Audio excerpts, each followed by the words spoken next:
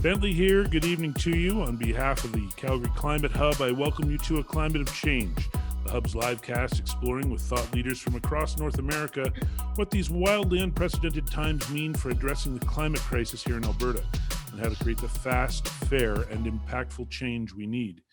In the spirit of reconciliation, we acknowledge that we live, work, and play on the traditional territories of the Blackfoot Confederacy, Siksika, Kainai, Piikani, the Tsuut'ina, the Yaqsi-Nakota Nations, the Métis Nations of Region 3, and all people who make their homes in the Treaty 7 region of southern Alberta. To follow up that land acknowledgement, I'll just say that any global shift that does not include a just transition for the world's BIPOC, youth, economically disadvantaged, as well as communities from transitioning industries, sets itself up for failure. This effort requires buy-in from everybody, which means historically underrepresented voices need a seat at the table now more than ever. On to the show. We don't have a lot of time with tonight's enormously busy guest, so I'm going to jump right into it. Calgary's new mayor, Jyoti Gondek, was elected on October 25th of 2021 and made amongst her first orders of business an historic climate emergency declaration that included critical net zero language. We're very lucky to have her on our first show of 2022. Mayor Gondek, welcome to A Climate of Change. Thanks so much. It's a pleasure to be here. So, the first thing you do right out of the gates that a political leader does, that's an expenditure of political capital. And, if it lands with a thud, then that can spell trouble for the rest of the things that you want to do. How did you know that Calgary was ready for a climate emergency? Well, you never fully know if anybody's ready for anything until you pose the question. And that's what I did. I posed the question that we should be declaring a climate emergency. And I posed it not only to council, but to everyone in Calgary. And I did this based on the 10 months that I'd spent on the campaign trail talking to Calgarians who felt this was definitely a priority item for them. The other thing that I'll say is if you look at corporate Calgary, and especially if you look at the energy sector, they have all made full commitments to climate action. They have led the way in pathways to net zero and the commitments they have made. So really, this was just a way to show that the municipal government was keeping pace with the change that we're seeing. How much do you think the enormous changes of just the last year or 2 years made this possible? I guess another way of asking it is, could a climate emergency have been declared in this city, do you think, in 2019 or 2018? Or does all of the, along with COVID, you have, more and greater climate disasters? That's all part of the dialogue. Do you think this, if this was a thing that really maybe couldn't have been declared before now, or? I mean, it could have been done, but I think what happened in the last couple of years is we'd spent a few years going through an economic recession, and people were pretty down, and we had our souls crushed a little bit by the fact that we didn't come out of the recession as quickly as we thought we would, and then the pandemic piled on top of everything. Yet, I think what emerged from the pandemic is a reconnection with the outdoors. People were tired of sitting inside. They were tired of isolating at home. They were tired of working from home, learning from home, and living at home. So they got out of their homes more often. And as they started engaging with their neighborhoods, they started doing things they hadn't done in a long time. They started going for longer walks. They started cycling. And they started exploring parts of their neighborhood that they hadn't gone to. They started walking to the store for groceries because they had that little bit of extra time. They were saving time on their commutes. And I think it was really that engagement with the outdoors that reconnected us with what's important and valuable in our environment. And to your point, I think as we started to see our neighbors to the west suffer through so many wildfires, and we started to see floods in other places, and we all thought about what happened in 2013, and we saw the extreme heat waves that were happening in British Columbia, it just all converged to make us appreciate this a lot more, in my opinion.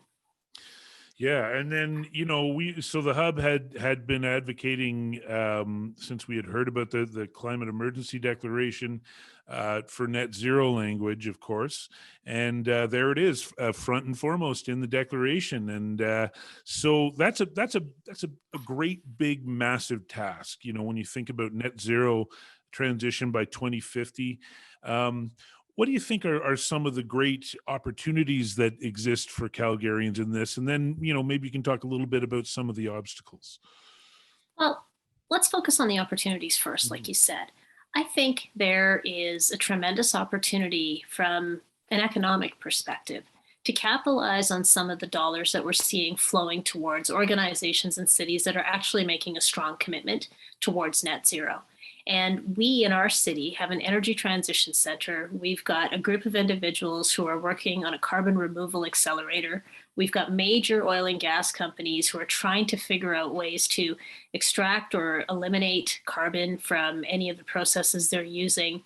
And there's a move towards more sustainable processes. So we are actually in a really good spot to attract the attention of the world and to attract a lot of capital that's available, because it will cost money to change those processes and develop that technology to make us more sustainable.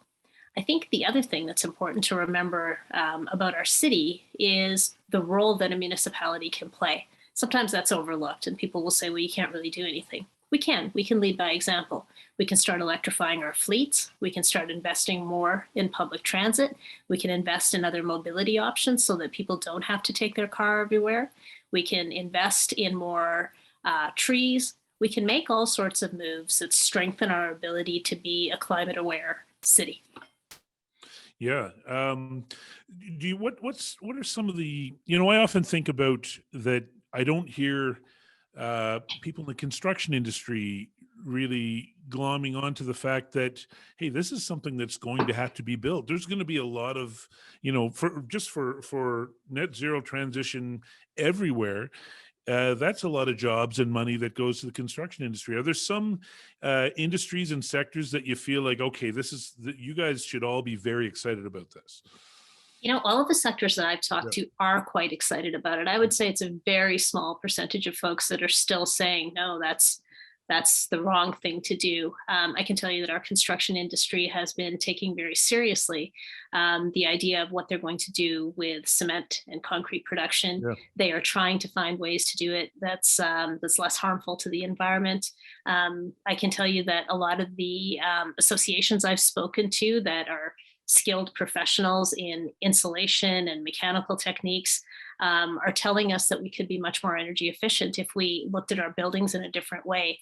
Mhm. So those experts are all on board with what we can do differently when it comes to construction. And I can tell you globally, having been down to Houston for the World Petroleum Congress just about a month ago, everyone is saying the same thing. We had a Yeah. panel from the energy sector representing France, Korea, and Nigeria, and they all said the same thing. We have to stop competing with each other at this point in time. If we collaborate and come together and create the innovation that's needed, we can actually create more sustainable solutions for betterment of the globe. That's a consistent message. You know what message? I mean, from the beginning, like I've been paying attention to climate and then advocating for it, and for quite a long time, and for some time I had been saying that this is going to be something that is eventually seen as a stimulus that creates jobs and makes money, and we're starting to see, like the City of Calgary commissioned that economics of low carbon development report in 2018 that talks about a lot of jobs getting created for this and a return return on investment of almost $2 billion a year. And then the Alberta energy transition study that just recently came out is calling this a $61 billion opportunity. Do you think that message is getting through to Calgarians, that this is going to be something that our city builds upon and prospers with? I can tell you that the major firms understand that very well. Yeah. They know what's at stake. They also understand that failure to act now results in incredible pressures into the future and much greater cost to do the right thing. The thing that I'm particularly excited about, though, is young professionals who are choosing to stay in our city.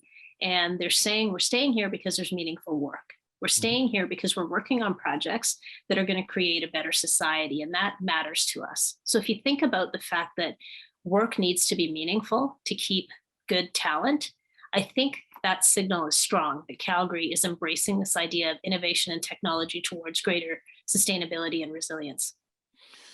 So the climate resilience strategy comes up for a bit of an upgrade, I gather, in the spring. Is that correct? Well, what we're doing right now is making sure that climate stays prioritized at the executive committee level. And Okay. we're making sure that the plan that administration is coming back with as their portion of the 4-year strategic plan is solid and it's Mhm. able to achieve a lot of the goals that we've put in there. We had the declaration, and that was followed up by a notice of motion that indicated some pretty clear targets that we wish to see enacted. So I think you'll see something a bit more firm come to us probably in fall, and then we will approve the best version of that in November. Okay, so with the so it's part of the hub's kind of institutional memory that we were a part of trying to influence the 2018 um, report or strategy, and we're looking at we want to be able to help out and bring what expertise we can to the table. So, what kind of opportunities will there be for organizations like the hub to contribute and to help shape this? Because I'm very conscious of, the net zero transition is this huge thing, and you're just 14 people. The city council is, and you're going to need help. So how can we how can we create input for these sorts of things? Yeah, excellent question. And what we tend to do when we're creating a strategic vision, and especially when we're creating the 4-year plan that's accompanied by a budget, we do make sure that we have engagement opportunities for the public. So I would encourage you to make sure that you come out to those and you lend your expertise there and you advocate for the kinds of things that you want to see in that strategy. And ultimately, it's about making sure there's enough dollars in the budget to execute on the work that needs to be done to get us to achieving those goals. So please stay with us on this. We'd like to work with you. Well, you got us. No matter what, we're right there with you. And what I can tell you is on behalf of the hub that you know we're this is a thing where it's not often that you're just in total simpatico between an organization and the city, but I believe that the majority of this city council is authentic in wanting to do the right thing on climate. And while that is the case, you can certainly expect the hub to however we can help out, we'll be helping out. At the same time, where a push is needed, then we'll give a little push here and there. But we're the hub isn't going anywhere. We're right there with you. And I can tell you that at around the halfway point in the show, I'll be talking a little bit about one of the efforts the City of Calgary is doing regarding middle and low income renters and climate equity. So I'll talk a little bit about that later on. But certainly, any time that that the city's looking to get information out about climate initiatives, we're happy to share that through our networks for sure. That's Um, great. I mean, you're well aware of one of the initiatives we have on the go about the climate. I think it's called Seed Climate um, Im- Improvement Energy Program. I can't remember exactly what it stands for, but we've got an energy improvement program where you can add energy efficiency to your home, and we tack on the expense of that to your annual property tax bill so that we can give people a funding source to get that work done. right, Clean Energy Improvement Program. That's what it's called. right. And we are also working very closely with NMAX to see if we can get the regulators to allow for better metering so that people are able to see their consumption and they're able to moderate it and use it at different times so that we're not always putting so much pressure on the grid. So when we come back with ideas like that, we'll share them with you. Awesome. Well, yeah, and so the other thing is we have this array, this network of really smart folks that come from different disciplines. So we're happy to extend that whenever possible as well.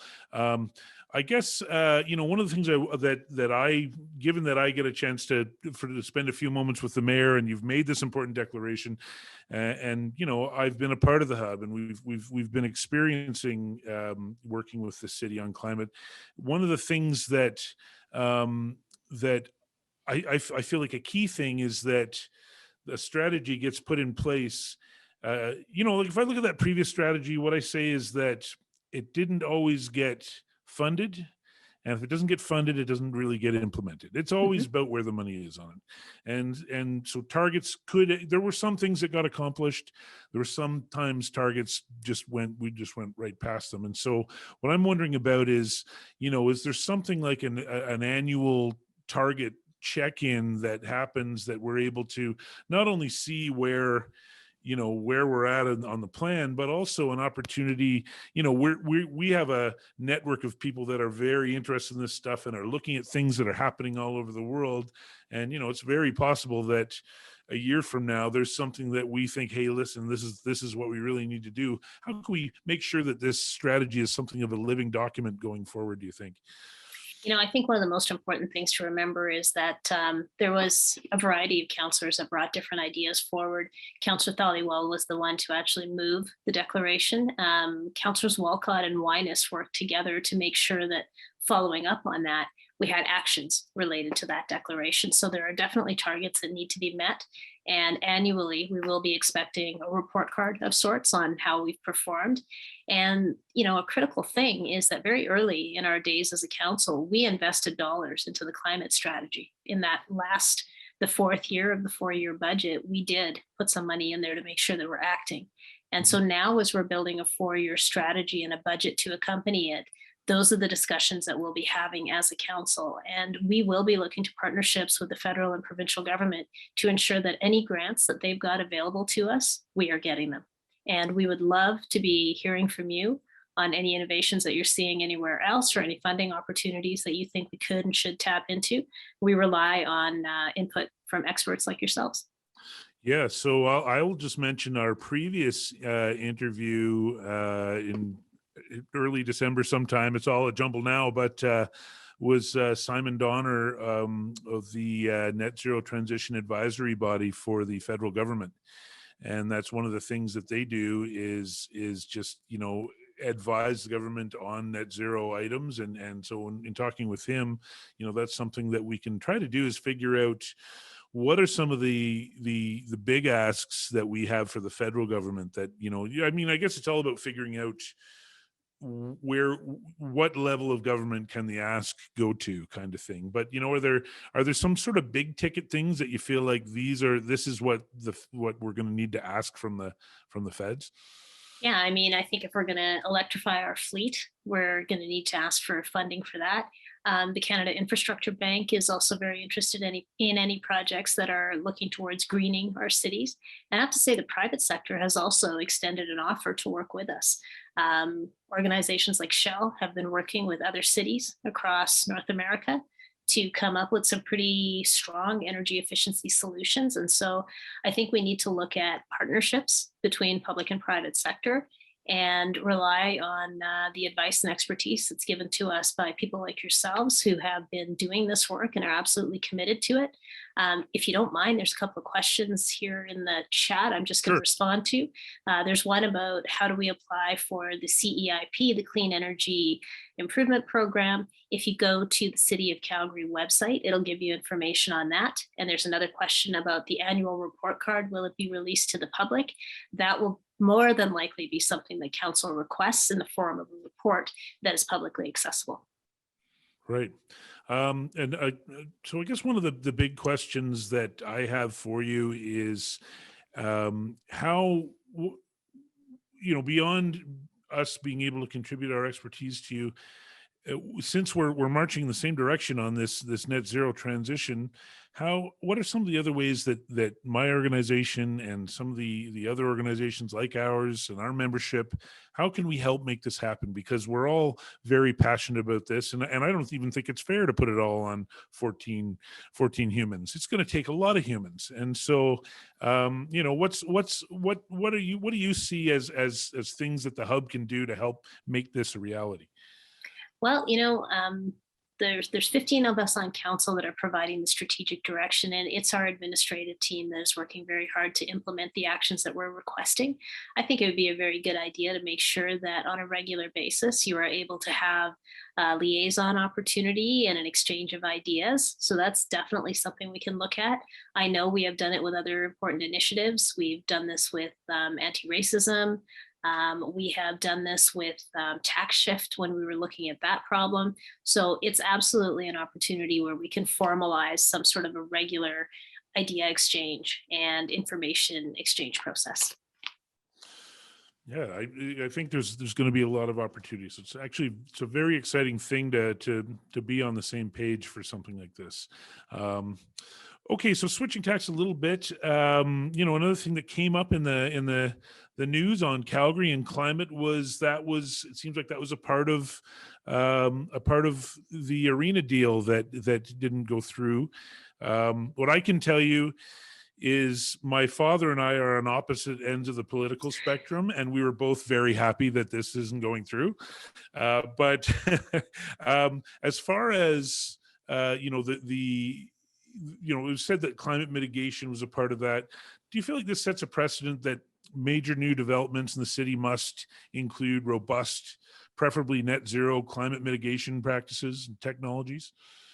Well, it's interesting because development permits that come through the City of Calgary that are reviewed by Calgary Planning Commission, for as long as I can remember, have had a component of energy efficiency or climate resiliency to them. And this project was no different. I think it's just because it was a high profile project that we were actually talking about this. The library, as an example, was expected to be built at gold LEED standard. I can tell you Vivo for Healthier Generations right over there in my neighborhood, when it was built back in 2004, had to achieve a LEED standard. So this is something that we've done regularly, but I think it's just coming to the attention of most citizens now because of this high profile project. So you will see us carry on with that with that process of making sure that projects are reviewed for their climate resiliency. And there's another point in here about what about Indigenous people in white goose flying report? How does this mesh with our commitment to climate?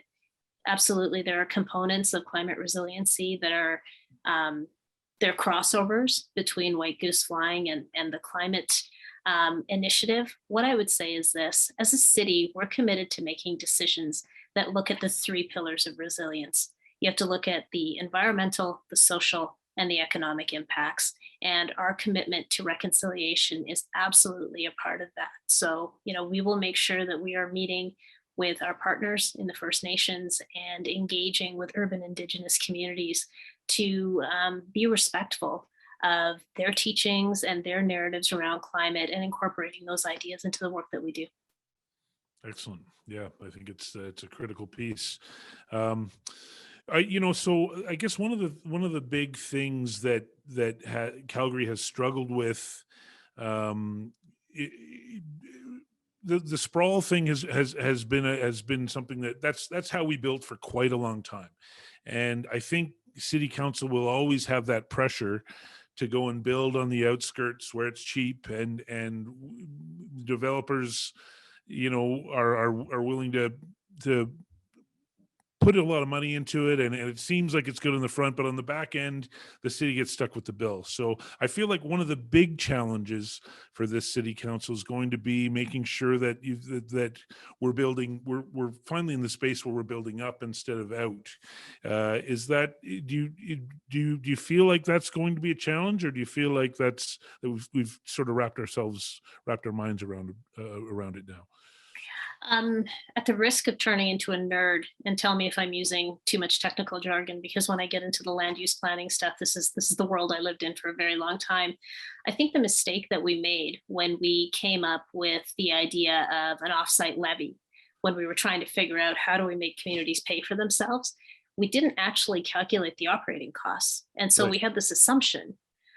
We calculated the capital cost, but if you're not looking at operating, you're not really understanding what the cost to the city is and what you should actually be paying for that development. And that's a struggle for developers as well. They have to demonstrate that they're meeting operating costs that they don't know how to explain. So I think what we need to get better about as a city is really understanding what is the service that you need to provide and how much is it going to cost, and is it something that's sustainable? So the other struggle that we have is we decided to remain a unicity when everywhere else across the nation decided to become a partnership of regions. So Mhm. if you look at the Lower Mainland and you look at the Greater Toronto area, they've got their hub city, that being Toronto or Vancouver, and then they've got their outlying cities all either around them or in a row. We are like a series of those type of municipalities, but we all fall under one government. So if we were fractured out, we would have, the municipality in the Northeast versus the one in the Northwest versus the central city. I think that's been our greatest challenge because we've been trying to grow in every part of the city without really focusing on one as completely as we could. I do believe there is a strong desire to make sure we're optimizing redevelopment opportunities. And I think you'll consider to see that, or you'll continue to see that moving forward with this council. Excellent. Well, I think 2022 is upon us, and 2030 is going to be on us like that, and so we all have to hit the ground running. But it really matters that we have a city council that we're not fighting with on this. So that's a really important thing, and I think something really important happened in that election. I don't have very much of your time here, so I just want to read something from our incredible Climate Hub co-chair Joan Lawrence. We have presented a gift to City Council, and I'm sure she's done her homework, and it's all perfectly exactly how you're supposed to do that. But it is a terrarium, and I will get my producer Vivian to pop that up on the screen if she can. Awesome.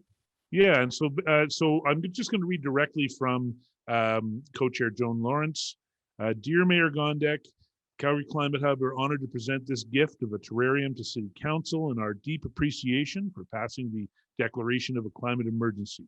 This terrarium is a symbol of the safe, vibrant, productive world we are working to sustain. We know you recognize the importance of following up the declaration with effective action, such as a net zero climate strategy that includes sector-specific interim goals, monitoring and reporting, credible, strategic and independent advice, transformation of the climate panel into an advisory committee to council, a city budget that ensures Calgary and our elected councillors have clear project level data and that moves us rapidly and fairly to reduce emissions. You can count on our support in making that happen. As our terrarium suggests, many members of the Calgary Climate Hub are enthusiastic gardeners. And as both gardeners and Climate Hub members, we can say from experience that it helps to be optimistic in the face of floods, droughts, and hailstorms. We, like you, wish for a more positive future. And like you, we wish to have a hand in creating it. We hope this terrarium will provide you and the City Council a sense of peace and calm as you guide our city on its journey to a net zero future. Sincerely, Joan Lawrence, co-chair of the Calgary Climate Hub. Well, thank you very much. What kind words, and we are with you in this commitment. And thank you very much for giving us this very real visual reminder of the commitment that we have made. Much appreciated. Mayor Gondek, thank you so much for giving us a little bit of your time. I know how incredibly busy you are. I hope we can have you back on in somewhere down the line, and we'll just keep this conversation going. And I can't say enough that so long as this city council is authentic on climate, they have authentic allies in the Calgary Climate Hub. We'll be right there with you. Thank you very much. I appreciate the chance to join you tonight. I'm sorry I don't have more time. Keep up the great work, and please stay in touch with us. And thank you, everyone. Have a great evening. Thanks, Mayor. Have a good night. Good night. Now we'll move on to our panelist segment. So we have with us tonight a number of luminaries from some of Calgary's climate groups that are going to be that have a history of working together and will continue to keep working together to try to drive climate action in this city. So they're just coming up on the screen here right now, and I see the first one who has popped up is Ryan Anderson. And so Ryan Anderson is from the Calgary Alliance for the Common Good, which is a nonpartisan alliance of over 30 congregations, unions, school and community groups in Calgary, representing more than 35,000 people that come together in order to organize the power of our communities to shape a just and compassionate city. And I should mention that the Calgary Climate Hub is a part of the Calgary Alliance. We are a member organization, and it's a great organization to be a part of. So thanks for coming out here tonight, Ryan. It's the first time we've had you on the show. Peter, thank you for having me. Also with us tonight, I see Celia Lee, who is the Executive Director of Sustainable Calgary. great partners of your Calgary Climate Hub and whom have been promoting, encouraging, and supporting community level actions and initiatives that move Calgary towards a sustainable future for over 20 years now. I routinely go to some of the publications that they put out there. If Celia, if you could see this, you'd see it's a coffee stained and beat up version. And what that means is that I use it. It is lived with, this item. So that's and I would also say to any of the city council members or city council members team that are watching, you really want to look into the state of our city report that Sustainable Calgary puts out. It tells you exactly where we're at and exactly where we got to go. Also on our screen tonight, we have Jim McPhail from the Alberta Environmental Network, which is a coalition connecting nearly 50 climate and environmental organizations across Alberta. He's also, he and I do a lot of, meeting up and trying to work together to figure out how we can make some change happen. So we haven't had him on the show. I know he's always watching and participates in the Q&A, but we're glad to have you here tonight, Jim. And finally, we also have Sloane Turner, who is with Fridays for Future Calgary. And what I can tell you is, when I think about why I do what I do and what inspires me, I always think about the next generation. And Fridays for Future has been a staple of climate action in this city. And I'm so happy to have you here tonight. Thank you, Sloane, for coming on. Thank you for having me. All right. Well, so, these are some of the organizations that I feel like really do move the ball on climate in this city. And I'm so it's nice to have you all here together. I guess to begin with, I'll just sort of go around the room, as it were. What do you want to accomplish in 2022 for your organization? I'll start with Celia Lee. Oh, yeah, this year's pretty exciting. So we're working with school kids this year to have them as designers and say, okay, if we were to design safe routes to school, what would they look like? Or put otherwise, what would streets look like if kids were our priority users? And it's funded by the Climate Awareness Fund. And the whole purpose is to switch to walking and cycling.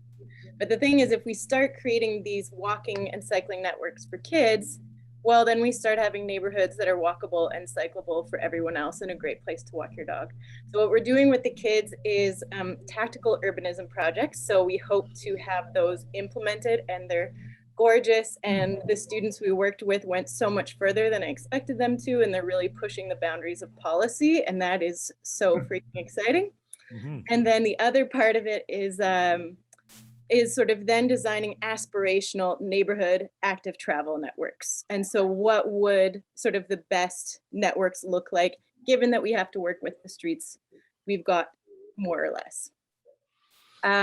So moving the needle on street policy using this project and getting kids to school through active travel. Cool. Yeah.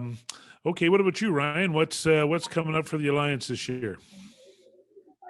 Yeah, well, of course, there's like some of the obvious like policy things like the climate resilience strategy and the budget that's coming up for the city. But what I'm thinking the most about and thinking with others about is actually the question of politics and of values.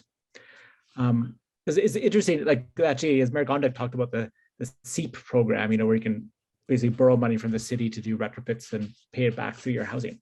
A wonderful program until you do the math and realize they could do about 720 homes a year with the program that they set aside. And there is over about 489,000 homes in Calgary. That means they will retrofit all the homes in Calgary in 679 years.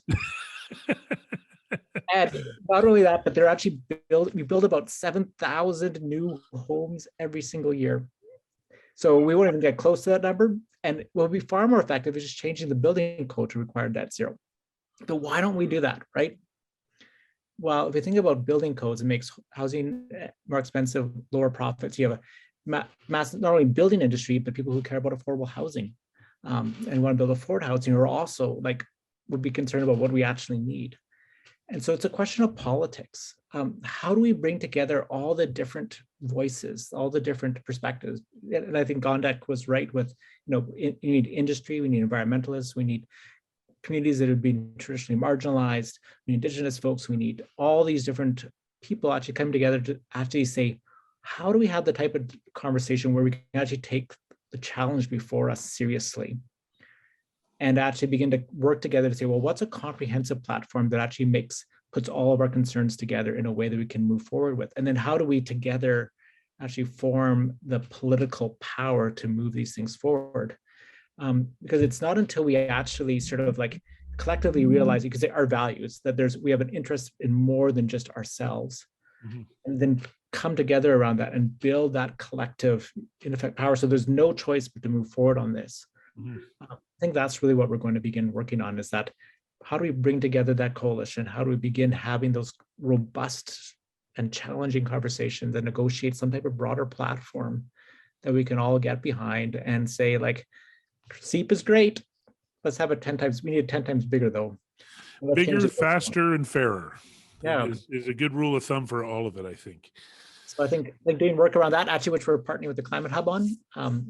We're looking to hire someone to help lead that work. And so I think that's going to probably be the biggest focus in the next year, along with the budget and other things like that. So right. So Sloane, I caught on, I think it was Twitter, that, due to both Omicron and the ridiculously cold weather, that you're not going to be able to do the protests. And Fridays for Future is a very boots on the ground, just in case any of our audience isn't aware of the great work that Calgary's youth is doing. That's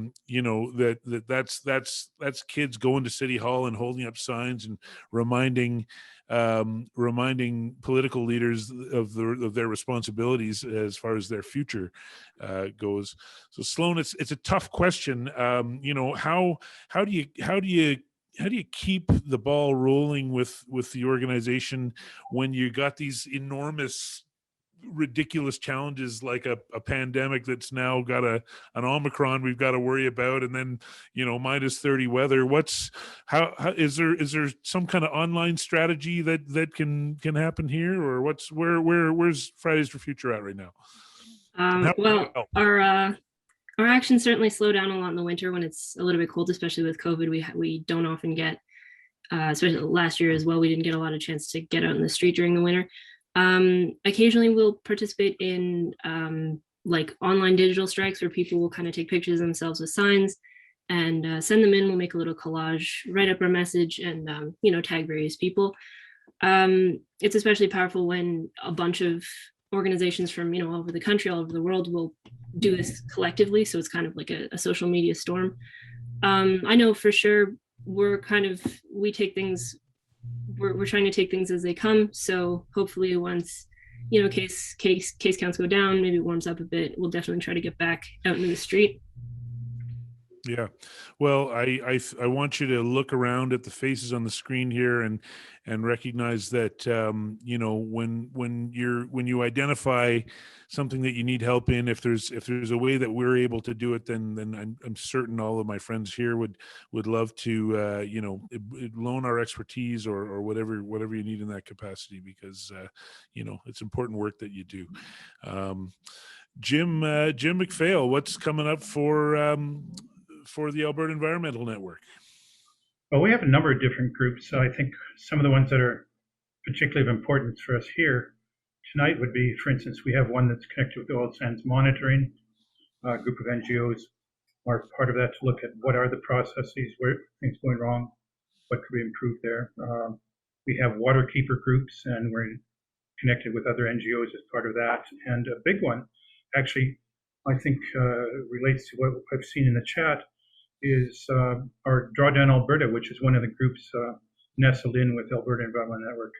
And so looking at, based on the book on Drawdown, what are concrete practical ideas that could be done across the world? And interestingly, the majority of what we need to get to net zero is not based on airy-fairy, waved magic wand new tech. The majority of what we need right. both decrease and mitigate and potentially some form of sequestration is already here. And if I could, I'm going to put a plug for two companies that don't know me. But locally, as you already mentioned, Steve Bentley, we've got various companies, builders who are into net zero right now. And I'll toss it one I was just looking at, Avalon. They're a company that actually puts together net zero homes right now and net zero ready. And we've got them right now.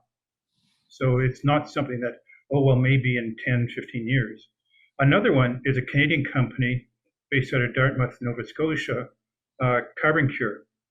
And they actually produce cement that absorbs, sequesters carbon and produces a stronger concrete than we have typically right now.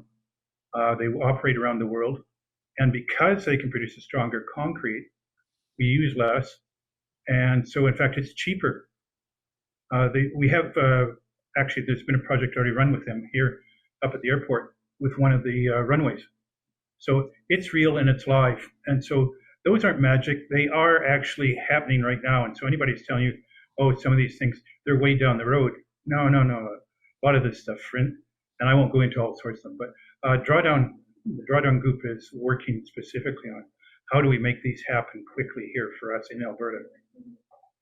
And I will toss in one last thing based on the book Solved. One of the key points from their different cities around the world is that we can't do things like Calgary's done before, is produce wonderful sustainable policies that win international awards but don't get implemented. In that case, what all the other cities have shown is, you know what, we actually have to put it into effect, that there's a budget for each department to work on net zero, that they actually have targets, each and every department, and they report on that the same as any of their other metrics, if not having the net zero side of things number one. And so we need to help encourage Mayor Gondek and council to don't stop shy of actually putting the metrics in. Yeah, absolutely. Well, that introduces my next question, and this is sort of a free for all instead of going around the room. I guess, you know, we're a number of Calgary, if not directly climate, then climate adjacent organizations, and you know, in the case of both the Alliance and the environmental networks of a bunch of different organizations. How can we work together to make sure this net zero transition happens? You know, we all of us have seen plans come into place and then seeing them not happen. And so, you know, this is 2022. We're not in isolation as far as organizations go. We're talking with one another. How are we going to, on the one hand, help City Council get where it needs to be, but on the other hand, give it a push if needs be as well?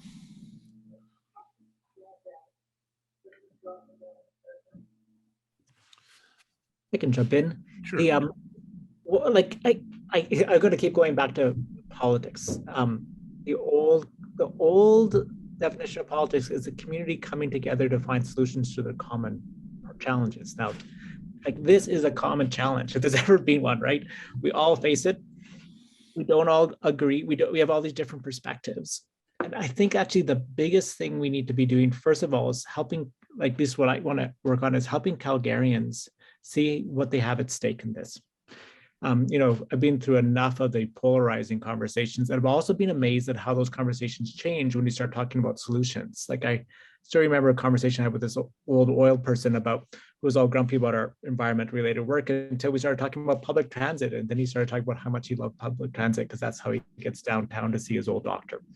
And like so how do we help people see where they have a stake at it in it is important, both worries, like I'm worried about my job, but then also see opportunities and see where they can see a better future for themselves and their families. Like, that's how we get it rooted in the community. Then we have to be networked together so we can actually act together. And I think the biggest thing is also continued public pressure. And I think, like what Jim was saying, like, we have how many strategies at the city that have never really been implemented very well or had measurable impacts. So that, you know, the questions of accountability, questions of continuous pressure, and the questions of accountability for the right things. Like, are we this is pretty simple. Are we actually reducing our greenhouse gas emissions? Or are we actually sequestering some that's already out there? And how do we have those as public targets that the community is pushing behind, but also those other targets, like, is it a more inclusive city? Are more people participating in our economic prosperity? Are there opportunities for new businesses to develop in those questions? Anybody else as far as how we can collaborate, I guess, on influencing city council?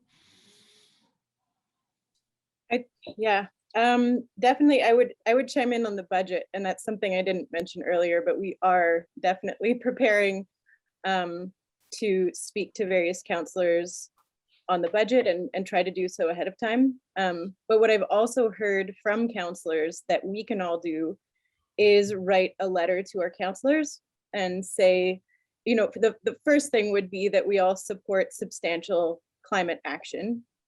You could stop there. Or you could start listing the things that you would like to see. So whether that's more transit, more walkable infrastructure, more compact communities, whatever it is. And then third thing I would say is, again, another bonus on a letter is to say, like, to each of us consider that in a time of change, what are we excited to see change? And what are we willing to see change? And so some of those changes are going to be difficult for us. And if we're resistant to those changes, we should give that some thought. And so maybe it means writing a letter to council first and saying, I support climate action, but then taking some alone time, thinking, what changes am I willing to accept, or could I get excited about? And sort of think about why you're feeling some resistance to these changes. And then maybe that's a follow-up letter. So definitely writing a letter to our councillors, writing a letter to our MPs. A lot of our action on climate resilience will be rooted in federal legislation. So look for your federal MP. But then the other thing is, so how do we turn great policy into action? We've said budgets, but we also need to look at the laws. So I would say our land use bylaw is going to be changed. So again, that's something where together we could develop some things that we agree on and say, well, here's what we want to see in the land use bylaw, and here's what we want to see in the building code. Because when it comes down to it, a lot of policies can get overturned, but laws don't as much. Yeah. So my next question, I'm going to ask Sloane here, rather than saying, how can we, come together to influence net zero? I guess what I want to know is, how can we support Fridays for Future? Because I feel like you're doing the work. You're showing up with signs, and what I tell members of Fridays for Future and youth, whenever I talk to them generally, is time after time I talk to city council, and they say when the kids come and talk to them, that makes a difference, because it's easy to write off what a guy like me says. But when a counselor sees a young person, they think about their own kids and their own grandkids. So, there's my guess is, inside you right now, there's times in your life when you've been doing the work of Fridays for Future, and you say, if only these other organizations would help us by doing this. I feel like if you've got something in there that you need to give us heck for not supporting on, let us know. And so is there, what can we do better to help you help your organization? I can't say necessarily that anything has been severely lacking. I know that your support whenever we post about campaigns or actions or anything, it always helps us if you share it to reach a wider audience. Also, if anyone knows of youth who are interested in getting involved in climate activism and social and climate advocacy, send them our way. We always love to have more people. I know that often the thing that restricts us the most and prevents us from getting as much done is just a lack of people. We don't always have enough people with the capacity to put in a lot of work. So if you ever know of any youth who are looking to get involved in climate activism, then we can always use new people. Yeah. Yeah, I certainly, whenever I hear of anybody that they're talking about youth, you are the climate youth movement. The Fridays for Future is that organization. So certainly, I would say that all of us would be very happy to do that. And in addition, what I would say is. The Alliance and Sustainable Calgary and the Alberta Environmental Network are pretty good at retweeting stuff of ours from Twitter. And so what I would say to your organization is sometimes you'll let us know via Twitter about events and stuff that you're doing. You could probably share to both the Alliance and Sustainable Calgary and the Environmental Network, and they'd be happy to share that to their networks as well. So feel free to lean on us. We I always feel like we have to do whatever we can to help your generation, because that's what we're trying to do here. So yeah, by all means, feel free to reach out on that. Jim, as far as looking at Calgary declaring a net zero emergency, Edmonton declared a net zero emergency a few years back. And there's a lot of ways that Edmonton's kind of running circles around Calgary on the climate front. I don't think that's, but we only just now declared an emergency anyways. But given that your organization spans Alberta, how can we sort of learn from each other as we're pushing both of our cities to make this important corner? Bentley, I think you actually push on a key spot where I think all the municipalities of the province can come together. Mm-hmm. And that is to see whether we can't actually get the province to agree, the government of Alberta, to actually allow the step codes that BC uses. So that basically allows municipalities to have stricter standards of building codes beyond what the province itself asks for. If we could do that, we could just go incredibly far in terms of what we expected of builders, of designers, architects, developers, and so on, both with retrofits, new buildings, and so on. Right now, we're somewhat limited to the building codes we have under provincial jurisdiction. But yes, I think take that Alberta Environment Network at the provincial basis and get all the municipalities to come together and say, hey, look, these bring in new jobs. These create new trades. They create a huge amount of new business. And economically, it would be a good thing for all of Alberta to be able to do this. Frankly, I'm at a loss why we haven't started to move that way, because it's a real bottleneck for us right now. If we try to make a serious move into net zero, we don't have all the tradespeople skilled to be able to do this. We don't have, in fact, BC even still has a bottleneck there.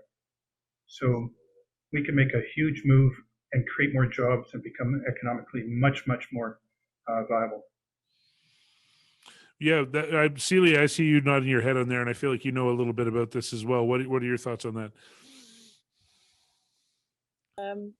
Well, I did just put a note in the chat there that and my knowledge on this is somewhat limited, but in the climate resiliency strategy, they do say that they will adapt, that they're anticipating adapting the strategy to changes to the building code by the federal government this year. And they've set a building step code. Now, what a building step code has done in BC, when BC created that, it meant cities could make their building codes stricter than the provincial ones. I don't know if that's what the federal government is doing. It's what I would anticipate. It's what I would suggest. But yeah, that's sort of what I had in mind. So I've got one more question for you, and it has to do for all of you, and anybody can just sort of jump in here. But that stadium deal isn't going through. I for one was pretty happy about it. I'm not really asking your opinions on that in particular, but at the time, part of the debate about building that stadium was like Calgary needed an identity. We needed something that we were about, and somehow the stadium was going to provide that.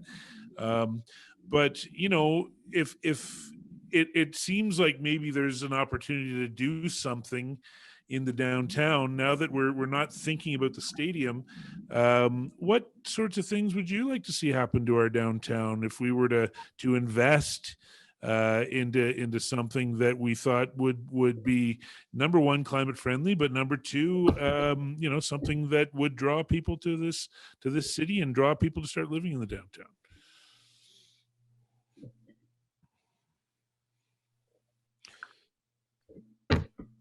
For myself, I feel like, I really like what's going on I've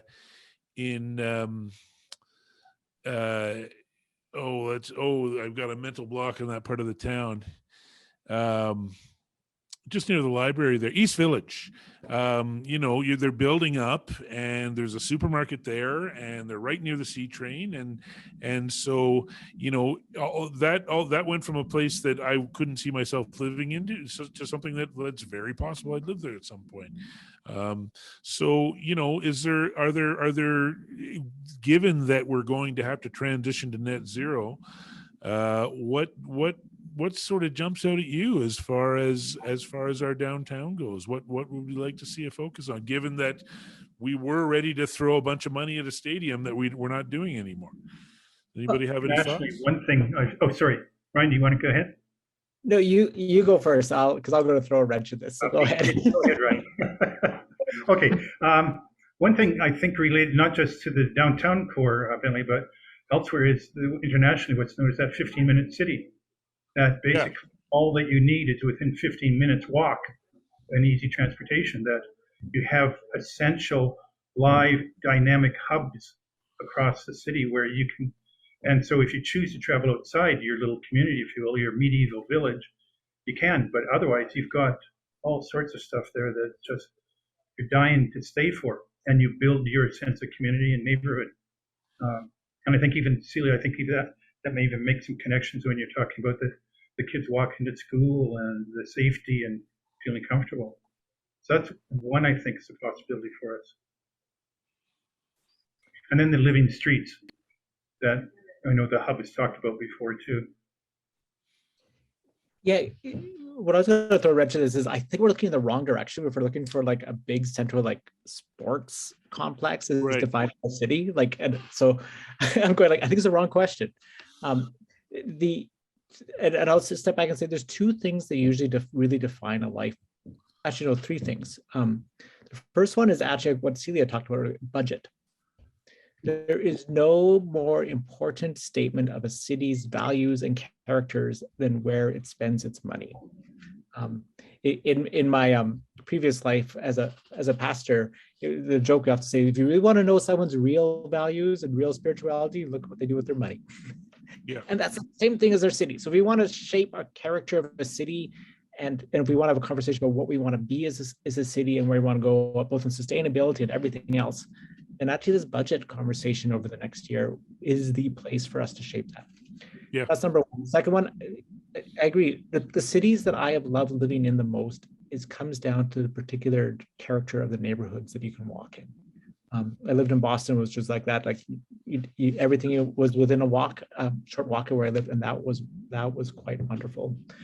But it's not just that, because if you just have like siloed cities, you end up with a very siloed city. What are the places where people mix? And how do we create those places where there is a robust mixing of people? Like, libraries are great, but I still come to libraries to feel like I have to be quiet, so I'm that old. But like, what are the other places that we create a robust mixture of people? And like things like universities can be that, but other places as well too. And so how do we create those intersection places? So we're not so much like 4 quadrants of a city, but a place in which people mix it up. Because actually the places that have really thrived throughout history is where you bring together that difference into conversation and creativity together. So. Mm-hmm. Yep, you don't need a hockey arena to do any of those things. Well, I'm not much of a hockey player, so Well, like I said to the mayor, both my dad and I come from all the opposite ends of the spectrum, and neither of us wanted this arena. And but that said, I know progressives that were interested in it, so whatever. But but Celia, I feel like you've probably got some idea for our downtown. Yeah, I mean, I would sort of support everything we've heard so far. I think we'd like to see more people living there. And so that we can have sort of like the population base that supports businesses, that creates that vibrancy. I really liked something Mayor Gondek said a few weeks ago, actually, saying when we think about housing in the downtown, we have to ask if we're filling the needs of those who would live there. So are we creating multifamily housing? And it was interesting because after she said that, a couple weeks after, it was, I think the Aboriginal Standing Committee on Housing, they came out with a report that also said that where we're failing some Indigenous, our Indigenous community has to do with some of those cultural needs. And so among many cultures in Calgary, we're seeing sort of more multi-generational living. And do we have housing that that supports that? So there's definitely like a justice aspect to that as well. And then I would just sort of say my usual tune, we need, transit, walkability. We can't keep building a city that's dependent on the vehicle. We may like driving our vehicles, and that's okay. We may really like turning that rap music on really loudly. That's okay, but it can't be our primary mode of transportation anymore. And we just need to sort of meet that reality. But creating a livable, vibrant 15-minute city does that. And Ryan, what you said about budgets, I really loved. I've started to embrace the idea of an empathetic budget, and not, sort of not shy away from saying that as a woman in Calgary, we can have sound budgets that are organized around our values. Absolutely. And I think we need to say that more and more. Well said. Agreed. Sloane, let me put it to you this way. What do you think, how do you think the downtown could better serve folks like you, youth? What might make this a more engaging downtown for you? I'll be honest, I'm not entirely sure what could make it better for youth, but just kind of to answer the question that was asked before. Sure. I feel like, given how much money was going to be put into this arena, there's no budgetary excuse that the government doesn't, put more money into infrastructure and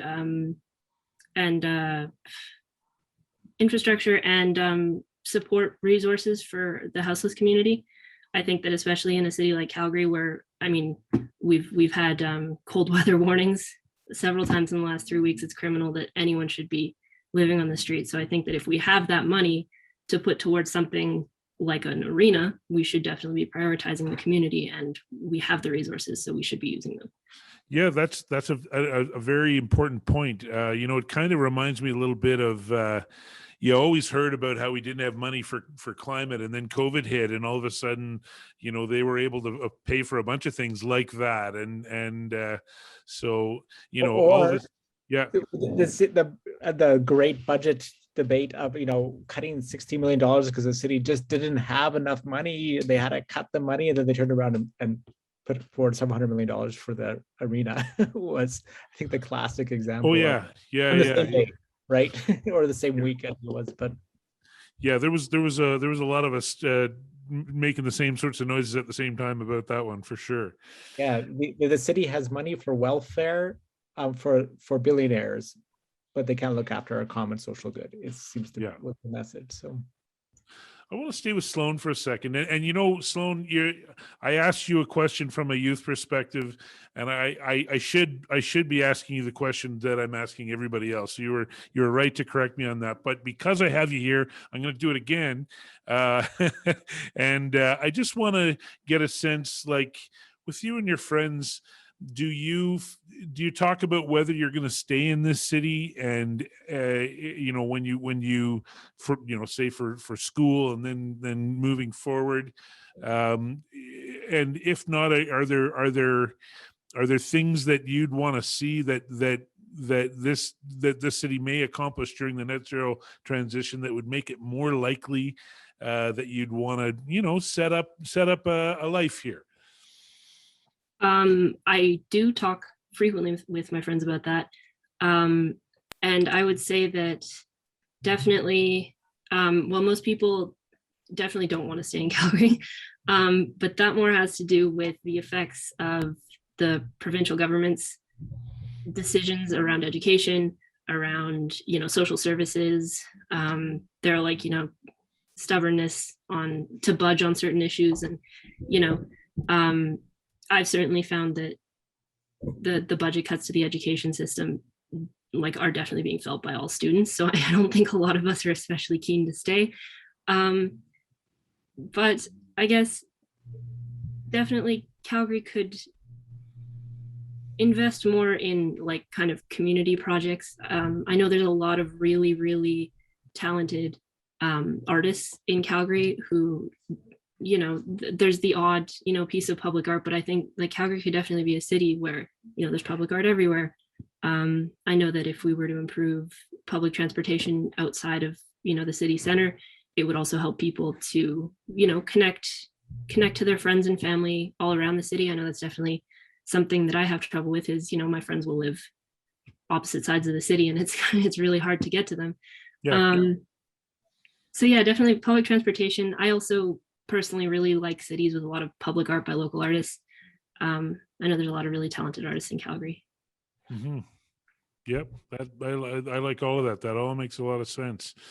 Well, I wanted. It was important to me to early in 2022 to be able to hold this show and bring on some of the organizations that I think have been really important over the last few years working on climate. So I want to thank you all for the role that you've played in this city. We've got a lot of work to do moving forward, but one of the things I really wanted to reiterate here is that we're not alone. We're organizations that are working on the same thing in the same city. So thanks for coming on the show tonight. And I would urge every group to consider, by all means, reach out to myself and to the hub if you need something amplified, or if it's something like, some place where we can't. It's just a matter of people being there that's going to make the difference. And I would urge you to consider reaching out to each other as well. But this is the challenge. We live in this city, and they've just made that declaration. Now we've got to help them help us, or the vice versa. But I guess I'll give you all a chance to say something to our audience before we go here. So Jim, I'll start with you. Is there any 2022 wishes you would like to communicate to our audience? My wish is that the promises made at COP26 actually start to get implemented, to actually turn into more than just hot air. Sounds good. What about you, Ryan? Oh, we don't have your audio. Always helps. Someone has to do that at least once, right? Actually, my biggest hope is that people begin to actually have an expanded imagination for their role in being able to address what's really the great challenge of our time. And people allow whoever they imagine they can be and how they can work with others to really get big. I like it. Sloane, is there anything you'd like to communicate with our audience tonight? I guess the most helpful thing you can do to help the youth in the city who are fighting for climate action, you could, it always helps to amplify our messages and our calls to action. We share a lot of calls to action from other groups, and we participate in them. It's open to everyone, not just the youth. We always appreciate other people getting involved as well. And if you know any youth who are interested in getting involved but don't quite know where to go, you can just send them our way and we'd be happy to have them. Awesome. All right, Celia, we'll close with you. One, write a letter to your counselor. And I'll dangle this one. I think we should have more fun in 2022. I think we're going to need the morale. Ryan, you had talked about social capital. We need to have fun together, and we need to replace consumption with something else that's really nice. So let's party more in 2022 in a climate friendly way. I love it. That's awesome. Okay, so thanks so much, not only for coming on tonight, but for the hard work that you do, and you know, it's so great to have smart partners, and that we're able to step up and help make the city get where it's got to go. So again, thanks for showing up here tonight and spreading the wisdom here.